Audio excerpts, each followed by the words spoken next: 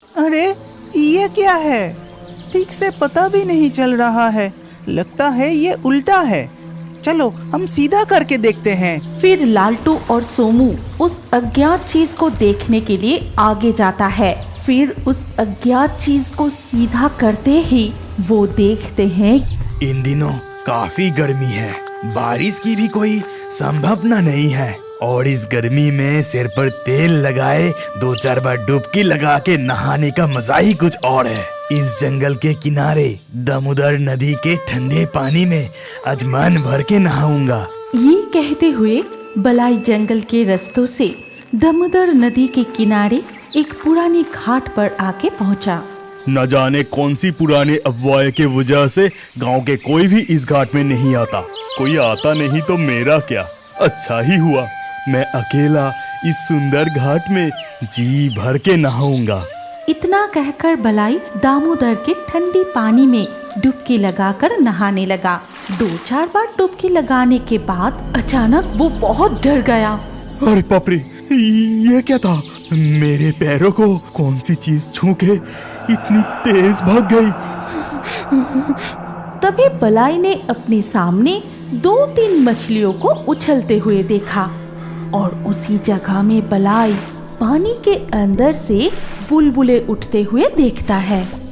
अच्छा, तो वो मछली था। इतनी सुंदर ठंडे पानी में मछली नहीं रहेगी तो और क्या रहेगी? और मैं क्या अनफ-शनफ सोच रहा था। ये कहते हुए उसने देखा कि जहाँ से बुलबुले उठ रहा था वहाँ से लाल खून निकल रहा है और नदी का शांत ठंड पानी धीरे धीरे खून से लाल हो रहा है। ये दृश्य देख बलाई डर के मारे नदी से बाहर निकलने के लिए जैसे ही वो घाट की तरफ आगे बढ़ता है तभी अचानक कोई बलाई का पैर पकड़ के उसे नदी के गहरी पानी में लेकर चला गया। अरे वो तो नहाने के लिए कब का गए थे। मैंने कितनी बार कहा कि नदी के पुराने घाट पे नहाने मत जाओ, लेकिन वो मेरी बात सुनता कहाँ। अब तो दाल चावल मछली सब कुछ ठंडा हो गया। मैं खुद जाके उसे बुला के लाती हूँ। फिर मीनाक्षी जंगल से होते हुए दामोदर के पुराने घाट पर पहुंची, लेकिन वहाँ नदी के ठंडी पानी और घाट के अलावा और कोई नहीं था। वो नहाने के लिए कहाँ चले गए? कहा तो था नदी के पुराने घाट पे नहाने के लिए जा रहा हूँ, लेकिन वो कहाँ रह गए? मैं गांव के बाकी तालाबों में जाके देखती हूँ। गर्मी की छुट्टी है, ना स्कूल जाने की चिंता, ना परीक्षा की चिंता। आज तो हम जी भर के नदी के पानी में नहाएंगे। चलो चलो जल्दी चलो। डकाई, तू बिल्कुल सही कहा। स्कूल जाने की कोई जल्दी नहीं, हम बहुत देर तक नहाएंगे। ये बीनुग्राम गांव के सारे लड़के गर्मियों के छुट्टी पर हर दिन दामोदर नदी में तैरने के लिए आते हैं। बहुत देर तक नदी में तैरना, डुबकी लगाना, उछल कूद करने के बिना जैसे उन्हें शांति ही नहीं मिलता था। सिर्फ नदी में तैरने से मजा नहीं आ रहा है। चलो हम सब तार की पेड़ से एक एक करके नदी में कूदते हैं। इतना कहने के बाद सभी लड़के एक एक करके नदी के किनारे खड़े हो गए। पहले डकाई तार के पेड़ से नदी में छलांग लगाता है, फिर एक एक करके लालटू सोमू नदी में कूदते हैं और तैरने लगते हैं। फिर बहुत देर तक तैरने के बाद अचानक डकाई को दूर में कुछ दिखाई दिया। क्या तुम्हें भी दिखाई दे रहा है? देखो तो जरा, दूर उस पेड़ के नीचे लगता है कुछ अटका हुआ है। चलो तो जाके एक बार देखें। फिर तीनों दोस्त मिलके नदी में तैरते हुए उस पेड़ के नीचे जाके रुका। अरे ये क्या है? ठीक से पता भी नहीं चल रहा है। लगता है ये उल्टा है। चलो हम सीधा करके देखते हैं। फिर लालटू और सोमू उस अज्ञात चीज को देखने के लिए आगे जाता है।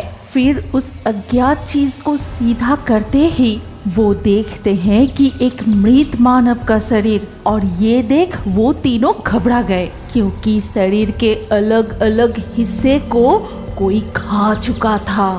अरे बाप रे, जितनी जल्दी हो सके यहाँ से भागो, यहाँ और रुकना सही नहीं होगा। ये तो नदी में बहते हुए आया एक मुर्दा आदमी है। ये देख वो तीनों नदी से बाहर निकल के सीधा गांव के ओर रोते हुए भागने लगे। तब घेंटू मछुआरे उन्हें इस तरह से रोते देख पूछता है कि अरे तुम सबको क्या हो गया? तुम सब रोते हुए इस तरह से भाग क्यों रहे हो? चाचा, नदी किनारे एक पेड़ के नीचे एक मुर्दा आदमी अटके हुए हैं। ये क्या बोल रहे हो? अच्छा ठीक है, तुम सब घर जाओ, मैं देखता हूँ। इसके बाद घेंटू मछुआरा गांव के कुछ लोगों के साथ नदी किनारे उस पेड़ के पास जाके रुका। अरे इसका चेहरा तो पहचानने लायक नहीं रहा। चलो उसे नदी के पानी से निकल के किनारे लाते हैं। फिर घेंटू और गांव के एक आदमी मिलकर उस मृत मानव शरीर को नदी से बाहर निकाला। इसे देख के तो इस गांव के नहीं लगता है दूसरी गांव से बहते हुए यहाँ आके अटक गया। घेंटू, जरा तू एक काम कर, आसपास के गांव में खबर भेजो। रामू और दीनू, तुम दोनों जाकर थाने में खबर दो। न जाने इस आदमी को किस चीज ने चीर फाड़ के खाई है। इसका भयंकर चेहरा देख के ही मन में डर सा लग रहा है।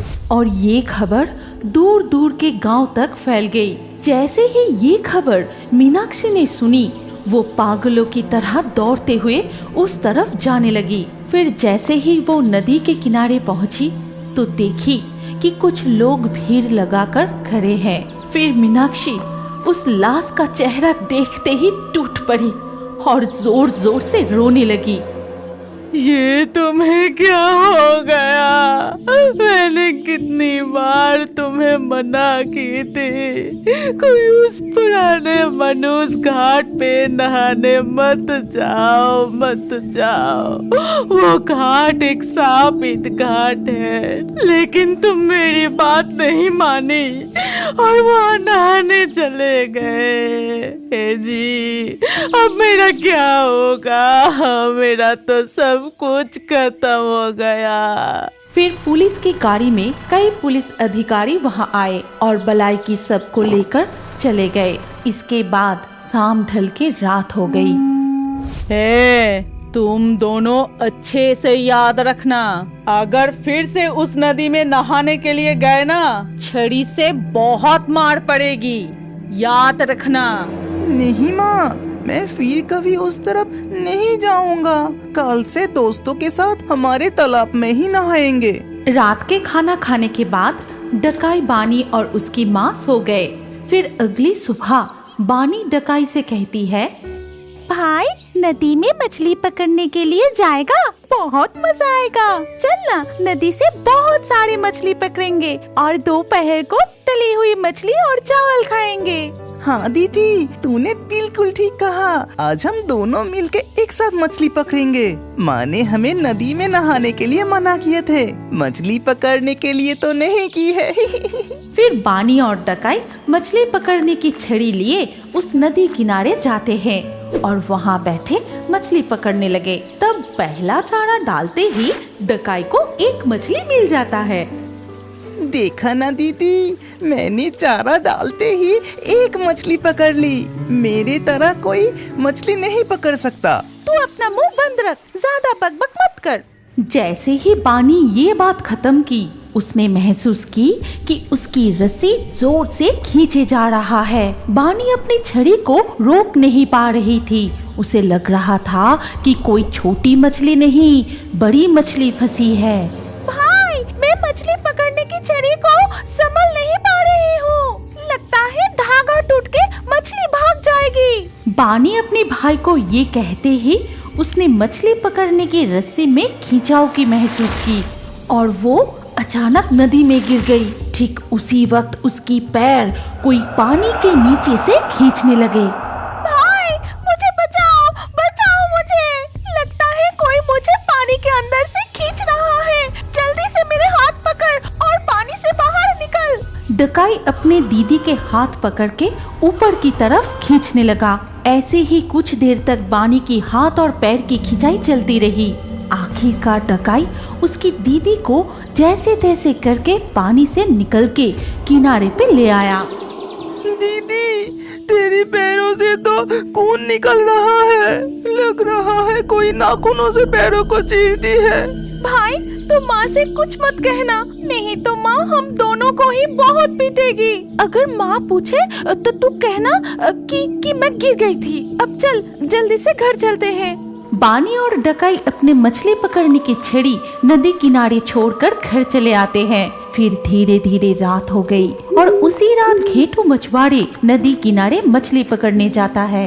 पूर्णिमा के चांद की रोशनी में नदी के किनारे बहुत सारे झींगे आते हैं। आज मैं बहुत झींगा पकड़ूंगा। जैसा सोचा वैसा ही किया। घेटू मछुआरे नदी किनारे खड़े होकर जाल फेंकने लगा। फिर जाल को जैसे ही ऊपर उठाने लगा तब वो महसूस की कि उसका जाल बहुत भारी है।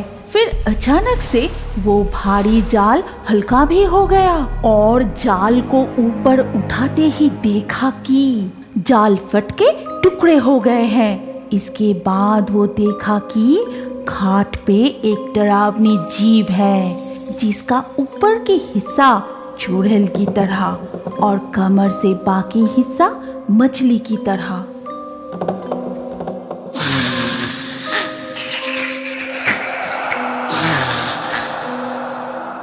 क्या आप बड़े होकर भी कार्टून देखना पसंद करते हैं? तो अपना नाम और उम्र कमेंट करें। हम लाकी ड्रॉ के माध्यम से आपके नाम से नया कार्टून वीडियो बनाएंगे।